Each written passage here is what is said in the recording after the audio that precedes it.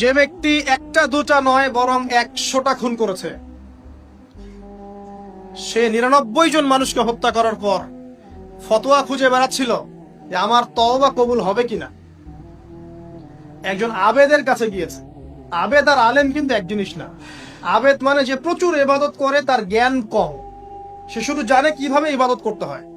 আলেম হচ্ছে সে যে শরীয়তের গভীর জ্ঞান জানে, আবার ইবাদতও করে। আবার যারা জ্ঞান আছে আমল নাই, সেও কিন্তু প্রকৃত আলেম না।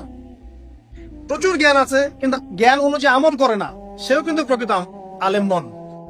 এবার আসেন, তো এই আবেদের কাছে গিয়ে সে বলছে আমার কি ক্ষমা হবে, আমি 99টা খুন করেছি। সে বলল তোমার আবার ক্ষমা,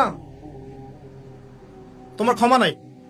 তখন এই ব্যক্তি এই আবেদকে হত্যা করে 100টা খুন পূর্ণ করলো, ওকেও সে মেরে ফেলছে। আমার ক্ষমাই হবে না তো তোর বেঁচে থাকার কি দরকার, তুইও মর। কি বুঝতে পারলেন?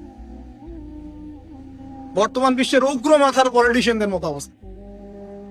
আমার দেশের সমস্যা, তোর দেশ পারমাণবিক বোমের উড়াই দিব, মানে এরকম একটা অবস্থা। তো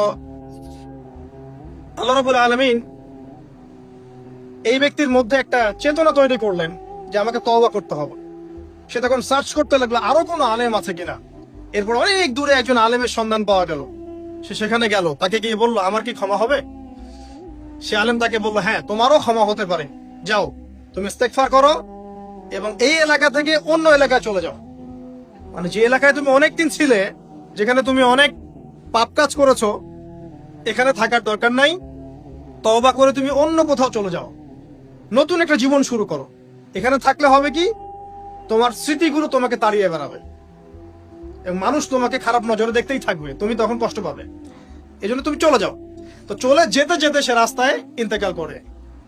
এবার তার রূহ নিবে কে? এই জন্য দুদল ফেরেশতা আসছেন, জান্নাতি এবং জাহান্নামী। তাদের মধ্যে বাক বিতরটা হচ্ছে কে রূহ নিয়ে যাবে। তো জাহান্নামের ফেরেশতারা বলছেন সে এতগুলো খুন করেছে, তার রূহটা আমরা নিব। আর জান্নাতি ফেরেশতারা বলছেন না, সে তওবা করতে এসেছিল, অতএব সে আল্লাহর অভিমুখী হয়েছে, তার রূহটা আমরা নিব। আল্লাহ পাক এখানে একটা কৌশল করলেন। আল্লাহ পাক ফেরেশতাদেরকে বললেন তোমরা রাস্তাটাকে পরিমাপ করে দেখো, যেদিকে যাচ্ছিল তার পরিমাপ বেশি নাকি যেখান থেকে এসেছে ওর পরিমাণ বেশি। আল্লাহ পাক জমিনকে আদেশ করলেন হে জমিন তুমি প্রশস্ত হয়ে যাও। এবার পরিমাপ করে দেখা গেল সে তওবার দিকে আসছিল, এর পরিমাণটা বেশি। এই একটা কাজের ওসিলা আল্লাহ পাক তাকে মাফ করে দেন।